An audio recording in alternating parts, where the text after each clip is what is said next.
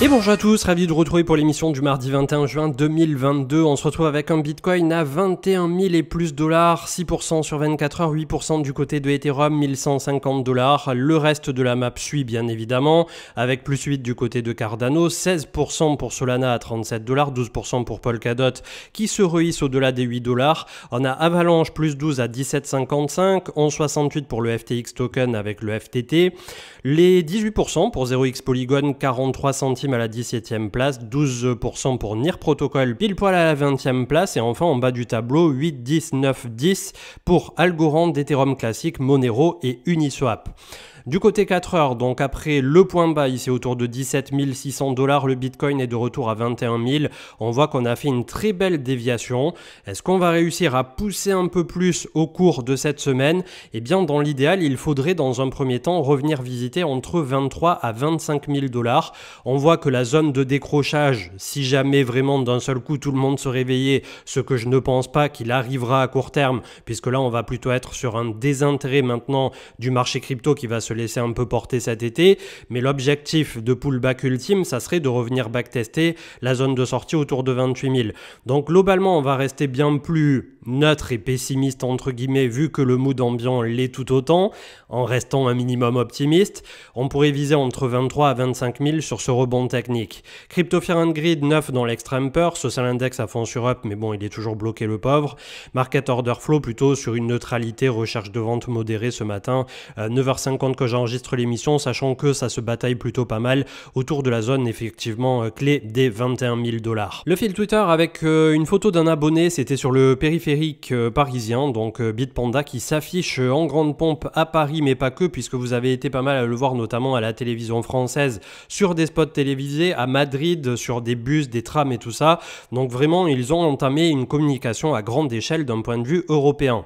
Le BTC Drawdown, les max Drawdown, les ATH Drawdown, c'est-à-dire le maximum de delta négatif qu'on ait atteint, était récemment pas très loin de son point bas qu'on avait touché notamment en 2012, puis en 2018, puis là en 2022 quasiment. Donc est-ce que nous irons à terme sous les 20 000 dollars, voire les 15 000, les 12 000, les 13 000, ou est-ce que 17 600 au moment où tout le monde commençait à se poser la question de si le Bitcoin était mort, était le point bas? Je pense que nous aurons la réponse à la fois dans les prochaines semaines, le prochain trimestre à peu près, le temps que tout se stabilise, mais surtout comme je vous disais ces temps-ci, les personnes qui malheureusement auront entendu des targets complètement folles du style 3 000 dollars et tout ça, pourquoi pas? Peut-être que, comme on le dit souvent, il y aura demain un cataclysme de marché, quelque chose d'extraordinaire qu'on n'aura pas vu venir, les États-Unis qui bannissent les cryptos, USDT qui fail, je sais pas, tout un tas de trucs qui pourraient mettre à mal complètement l'écosystème, ou Binance qui disparaît du jour au lendemain avec l'argent de tout le monde. Vous voyez, il faudra en venir à un truc qui serait le némésis absolu que n'a jamais connu le marché crypto. Et encore, c'est pas tout à fait vrai, puisque il a déjà connu ses némésis au cours de son existence, puisque il aurait pu déjà complètement péricliter à l'époque où on a eu des trucs comme Mt. Gox. Tout le monde avait ses bitcoins sur Mt. Gox. Il y en a qui ont perdu au cours d'aujourd'hui des centaines de millions de dollars équivalents en BTC, qui étaient riches sans le savoir potentiellement à l'époque et qui malheureusement se sont retrouvés complètement à poil. Donc tout mis bout à bout, si on reste raisonnable et qu'on rationalise les choses, voilà, globalement je pense que les gens qui sont là maintenant et qui prennent la chose d'un côté positif en sauront les récompenser demain. Et après, comme d'habitude, ça n'est pas du Nostradamus ou quoi, c'est juste du bon sens à mon sens. Web3 Analysis ETH qui met en avant que par rapport au crack récent sur Ethereum aussi, les développeurs sont plus actifs que jamais, les builders sont là, donc on n'a eu quasiment aucun retracement du côté de l'activité, on va dire professionnelle, du côté de la seconde blockchain du marché, qui pour rappel devrait entamer sa transition, ou du moins devrait la finaliser plutôt, puisque entamer ça fait quelques temps que c'est lancé, autour de fin août, mi-août 2022, donc dans quelques semaines. Allez, si jamais on est pessimiste, là aussi on dira qu'ils auront peut-être un mois à un trimestre de retard, mais on peut vraiment se tabler sur l'automne 2022 je pense. Le recrutement du côté des boîtes de hasher, donc avec Cruxpool au niveau du mining, Vivoca, VoiceTech, Just Mining pour les investissements crypto, Walcho pour la fiscalité, Descoin qui est un crypto broker, et enfin Veiga Management pour tout ce qui est management YouTube et réseaux sociaux. N'hésitez pas à aller jeter un coup d'œil de ce côté-là, ils recherchent 32 profils dont la majorité majorité en CDI. Game of Trade qui met en avant que tout simplement on a les fund managers qui sont en cash plus que jamais et c'est un point haut qui a été atteint qui n'avait pas été vu depuis une vingtaine d'années puisque même en mars 2020 au moment du crack Covid on n'était pas si haut. Alors bon, c'est pas de beaucoup mais on a fait un nouveau point haut qui remonte à celui donc d'il y a 20 ans. Donc globalement tout cet argent au bout d'un moment il va bien finir par se déverser quelque part. La question à court terme c'est est-ce que ça va être le gold, est-ce que ça va être les actions, est-ce que ça va être les crypto-monnaies, est-ce que l'immobilier est en train lui aussi de vaciller en ce moment. Voilà, il y a beaucoup de questionnements mais peu de réponses sérieuses la plupart du temps. Elrond qui met en avant au travers de Elrond Partners le Jexchange et c'est un échangeur, si je dis pas de bêtises, qui a été co-créé par des personnes de notre Discord et notamment du channel Elrond à qui je tire mon salut, mon chapeau parce que c'est un des chans qui est les plus actifs sur notre Discord. Il crée une communauté dans la communauté et vraiment autant pendant la phase d'euphorie c'était complètement fou voilà, de voir les échanges et tout et maintenant ça s'est un peu plus posé. Ils sont là aussi pour comprendre et pour construire et c'est exactement ces dernières semaines, ces derniers mois ce qui a permis de voir le jour le Jexchange. Donc vraiment sympa pour le coup et c'est cool que Elrond directement les soutienne. Kyungju qui met en avant que CZ vient de call le bottom, c'est-à-dire à 17 600. Il n'a pas dit c'est le point bas absolu, il a dit là, sur ce coup-là, ça commence à devenir vachement intéressant. Et en fait, il reprenait un tweet du 9 février 2019, seulement 1 ou 2 mois avant qu'on lance le rallye printanier de 2019, où CZ avait déjà call le bottom à 3000 $. Donc, c'est pas un truc à prendre pour argent comptant, mais s'il y a bien une personne à ce jour qui a toutes les cartes en main, toutes les datas et qui sait exactement jour après jour comment se comportent les marchés et comment se comportent les échangeurs et les flux de capitaux autant institutionnalisés que particuliers, c'est bien les gars comme CZ qui sont à la tête des plus gros, voire du plus gros exchange mondial. Donc ça veut pas dire qu'on n'ira pas sous les 20 000, je suis pas en train de raconter des conneries, mais globalement voilà, vous avez une personne de plus qui vous dit sous les 20 000, Bitcoin c'était quand même assez intéressant et je suppose que ça l'est toujours à 21 000, que ça le sera toujours à 25 000, mais tout en ayant dans un coin de sa tête que oui on ne sait pas si 17 600 était le point bas ou si on ira beaucoup plus bas. C'est ça, toute cette incertitude et de risque à court terme qui en fait au moment où vous payez cette incertitude, c'est ce delta que vous acceptez potentiellement de perdre à la baisse qui derrière si ça fonctionne pour vous créera votre futur excédent de richesse positif. Et en fait, c'est ça que les gens ont vraiment du mal à comprendre, c'est l'asymétrie. Et c'est un truc dont on avait parlé avec Bitcoin et avec d'autres personnes. Et je vous en avais parlé sur la chaîne vraiment plusieurs fois, fin 2021 à l'automne 2021. Quand Bitcoin était à 60 ou 70 000, on visait dans un coin de notre tête les 100 000. Et je vous avais dit, mais attention, maintenant qu'on est à 65, 70, on voit que ça ralentit de plus en plus, que ça devient de plus en plus difficile. Et ça s'était pas mal essoufflé depuis le printemps, quand il y avait eu déjà la purge estivale, au niveau du printemps et été 2021. L'automne, finalement, on a un pump, on ne sait pas trop comment ça arrive, on fait des nouveaux ATH un peu partout, mais pas sur la majorité des altcoins, c'était juste quelques élus qui ont fait des nouveaux ATH. Et derrière, on se retrouve donc avec un Bitcoin à 69 000 $, où tout le monde avait en tête d'aller chercher 100, c'est-à-dire un delta positif de 30 000 $.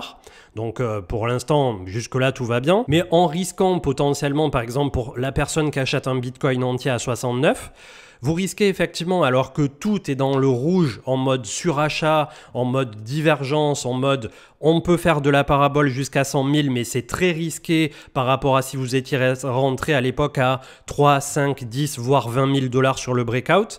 Et en fait, il y a eu une telle asymétrie de ce risque que des personnes étaient prêtes à risquer, on va prendre le prix d'un Bitcoin entier à ce moment-là, 69 000, pour un excès positif de 30 000, tout en ne sachant pas combien au maximum ils pouvaient perdre derrière. C'est-à-dire à minima se faire diviser par 2, ou comme on l'a vu récemment, là, finalement, on finit à moins 70, moins 80, voire moins 90, 95 et tout ça du côté des altcoins. Donc vraiment, ça, c'est les bases absolues du risk management. Quand vous risquez quelque chose, quand vous risquez $1, on va partir d'$1 à un seul, c'est combien mon dollar investi va pouvoir me rapporter derrière. Et à partir du moment où vous vous dites, je risque $1, je risque de retomber à 90 centimes ou 80 centimes. Donc je risque 10 ou 20%. Mais derrière mon excédentaire positif, je vise à minima un 50%, un 100%, un 200%. Là, votre risk management et votre plan, mais il est impeccable. Et vous savez que si jamais ça descend à 0, moins 0,10, moins 0,20 et tout ça par rapport à votre dollar, soit vous pouvez couper si jamais vous sentez l'âme d'un trader, soit vous avez un plan de DCA et à moins 0,80, vous remettez une cartouche dans le dollar pour petit à petit abaisser votre prix de revient, exactement comme dans la bourse traditionnelle, le fameux PRU et tout ça.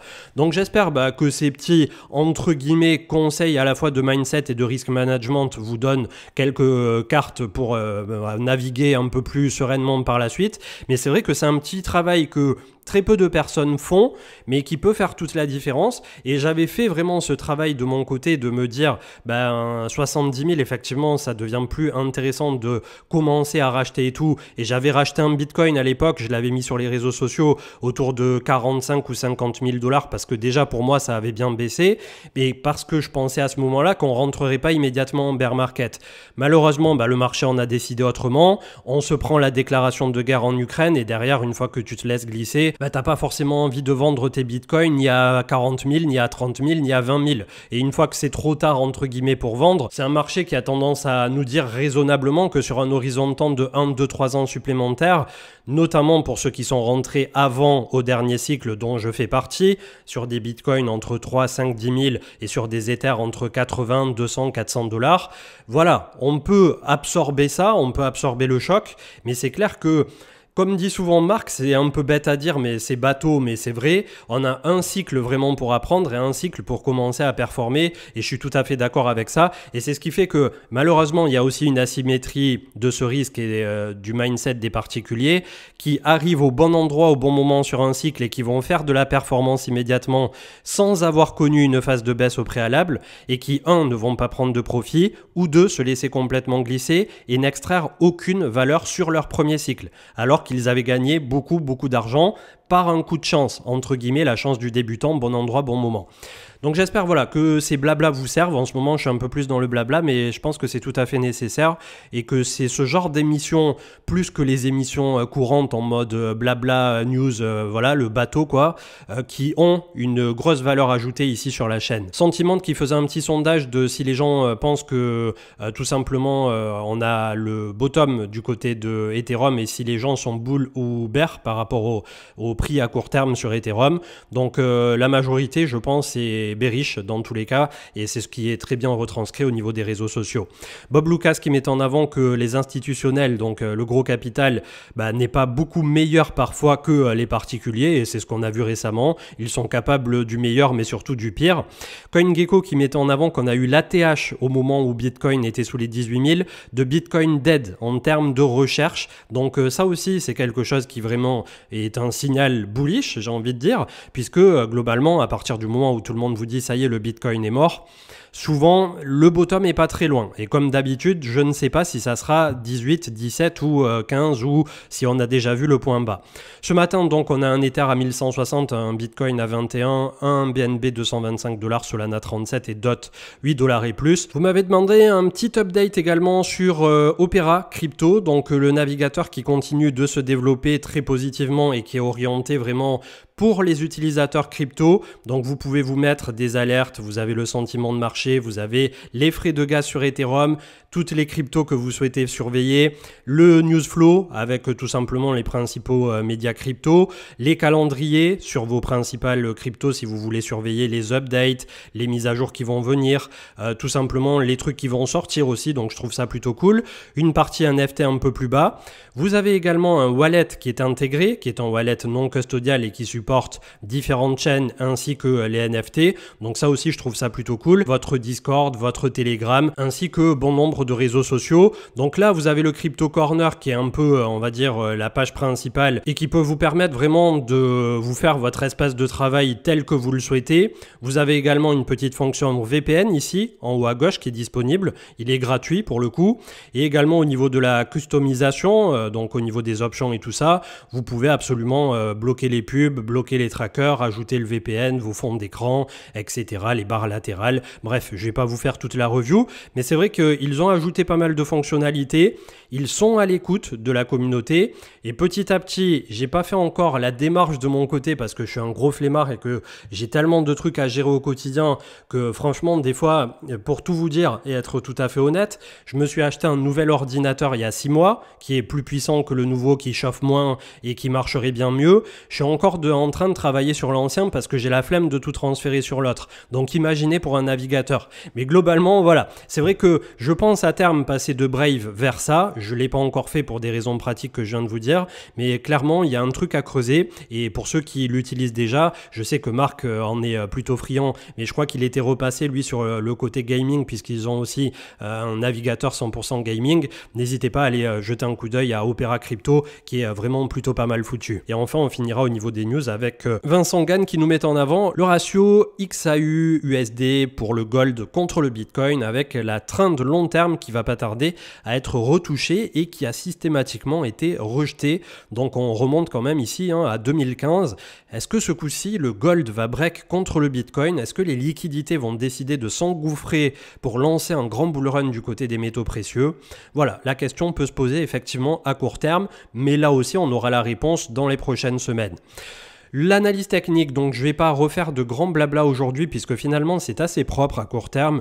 J'ai tendance aussi à penser qu'on se complique pas mal la vie en ce moment de par cette négativité ambiante et de se dire justement autant quand on est extrêmement haussier, on refuse de voir les signaux baissiers qui sont en cours et qui sont en devenir, et notamment l'euphorie générale où les débutants sont en train de t'expliquer que Shiba c'est la monnaie du futur.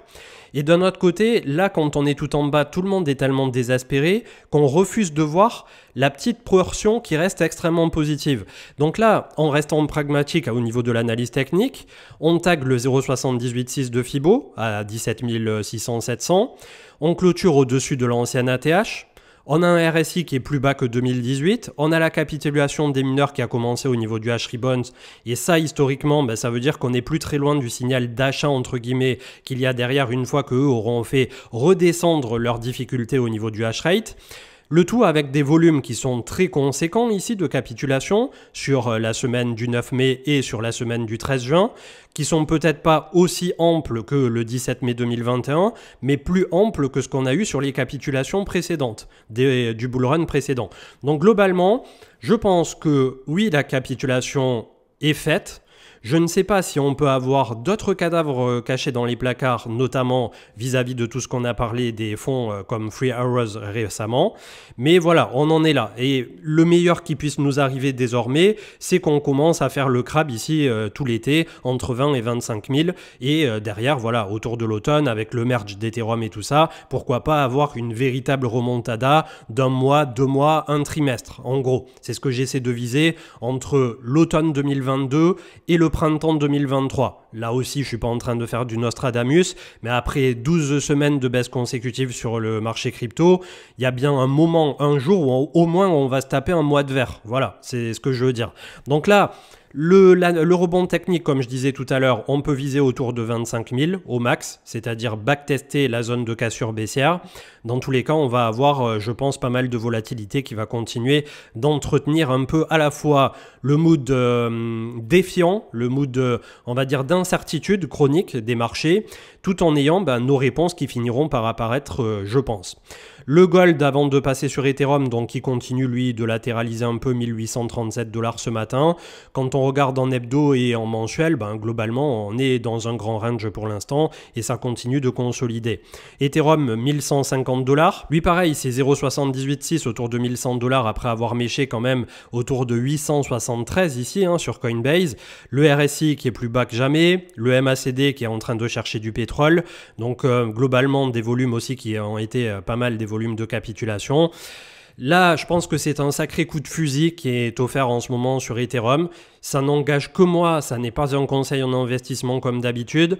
Mais si Ethereum fait sa transition comme il se doit vers le 2.0, vers le côté un peu plus vert, entre guillemets, même si ça reste un narratif qui est le proof of stake, et que les institutionnels s'emparent de ça, globalement, derrière, ça va faire beaucoup d'argent qui risque de rentrer sur Ethereum. Donc, comme d'habitude, je ne sais pas si Ethereum, à la fin de l'été, là, sera à 500 balles ou sera plutôt entre 1000, 1005 et 2000. Mais globalement, voilà, c'est ma philosophie pour les prochains mois. De même que je pense que Bitcoin va finir par trouver son point bas, là, entre 20 000 ou peut-être 15 000, où on n'en est plus très loin. Et globalement, les personnes qui auront gardé la tête froide à cette période en seront tout simplement récompensées pour les prochaines années. Après, si effectivement il y a un cataclysme de marché, eh bien il faut se mettre des garde-fous, il faut se mettre des niveaux sur lesquels on coupe, il faut se mettre des niveaux sur lesquels, si c'est de l'argent dont vous avez strictement pas besoin et que vous êtes prêt à le laisser plusieurs années, même pas regarder pour pas vous sans arrêt ressasser, ah oui mais ça a baissé là, peut-être que ça remontera jamais. Voilà, il faut à tout prix, je pense, raisonnablement éviter de rentrer dans ces spirales psychologiques négatives, un peu comme un vampire psychologique, le petit diable sur votre épaule, qui toute la journée va vous marteler le cerveau à vous dire oui ça va faire que baisser, oui ci, oui là. C'est assez difficile à gérer après. Le SP500 qui tente de stabiliser mais c'est toujours pas acté, donc le marché américain légèrement dans le vert, mais globalement c'était pas génial, et en plus ça remonte à la journée de vendredi puisque hier c'était férié, donc on va voir avec la réouverture aujourd'hui. Est-ce que j'ai le ES1? Ouais, il est en positif, le futur au niveau du SP500 de plus 1,85, donc ça va réouvrir théoriquement cet après-midi dans le vert du côté de Wall Street. Là aussi le marché crypto est toujours ouvert, donc ça nous fait un bon leading indicator par rapport au fait où si le marché américain ou non va être dans le vert par la suite, notamment le week-end. Quand les cryptos vont très mal, c'est que des fois il y a un risque du côté du marché US, et quand au contraire le dimanche et tout ça avec la réouverture du futur CME, immédiatement on est dans le vert, c'est que en général le lundi, mardi et tout ça, le marché US réouvre dans le vert. Le dollar DXY qui est toujours au niveau de cette divergence RSI pourrait retracer un peu plus profondément si enfin les liquidités se décidaient à globalement aller se répandre un peu plus dans les autres marchés, et sinon je pense que je ne passerai pas plus d'alt pour aujourd'hui ou quoi que ce soit, puisque les gros dossiers je vous les ai donnés il y a quelques jours dans les alt prometteurs, une émission que vous avez été déjà au moins 35 000 je crois à consulter, même au plus dur à mon sens de ce bear market. Donc quelque part c'est aussi une réussite communautaire une fois de plus, et je vous en félicite, et je suis super content que les gens continuent de suivre. À mon sens on a développé une communauté qui est vraiment très soudée, très forte. Alors on n'est pas toujours tous d'accord les uns avec les autres, il y en a qui pensent que les influenceurs youtubeurs en est le mal absolu, mais globalement je pense que au niveau de l'anti-TCM on essaie de faire les choses le mieux possible en fonction de nos moyens. Comme d'habitude on est très loin d'être irréprochable, et on essaiera toujours de faire mieux, d'essayer d'apporter plus de disclaimers, d'essayer d'apporter plus de mindset, d'essayer d'apporter plus de gestion du risque pour que tout à chacun essaie de s'y retrouver. Après, la loi du marché derrière, malheureusement, si une personne, malgré tous les disclaims qu'on lui dit, part faire du levier 125 sur Binance, à aucun moment je peux faire malheureusement le barrage entre le clavier de la personne et son écran. Voilà, il y a la responsabilité qui est vraiment individuelle aussi autour de ça. Donc, on essaie de vous donner les clés, que ça soit sur les live Twitch, le mindset, les personnes comme Bitcoin qui sont là depuis 2012-2013, qui sont un puits et une mine d'or d'informations. Après, c'est ce que vous en ferez vous aussi de votre côté qui fera toute la différence. BLX 20 552 hier, donc toujours au-dessus de l'ancienne ATH, mais globalement on n'a pas énorme à exploiter. On va voir comment va se passer cette semaine. Admettons qu'on fasse une semaine entière dans le vert, ça permet d'apporter un peu de respiration de marché et de décompresser peut-être du fait que effectivement on s'enfonce pas beaucoup plus bas pour l'instant que ces fameux 20 000 et quelques dollars, puisqu'on était allé à 17 600. Je vous souhaite une très bonne journée, et normalement on se retrouve que vendredi puisque je suis pas là pendant 48 heures. Donc voilà, je vous dis bonne chance, bon courage à tous, et je vous souhaite une très bonne journée. À plus, ciao ciao.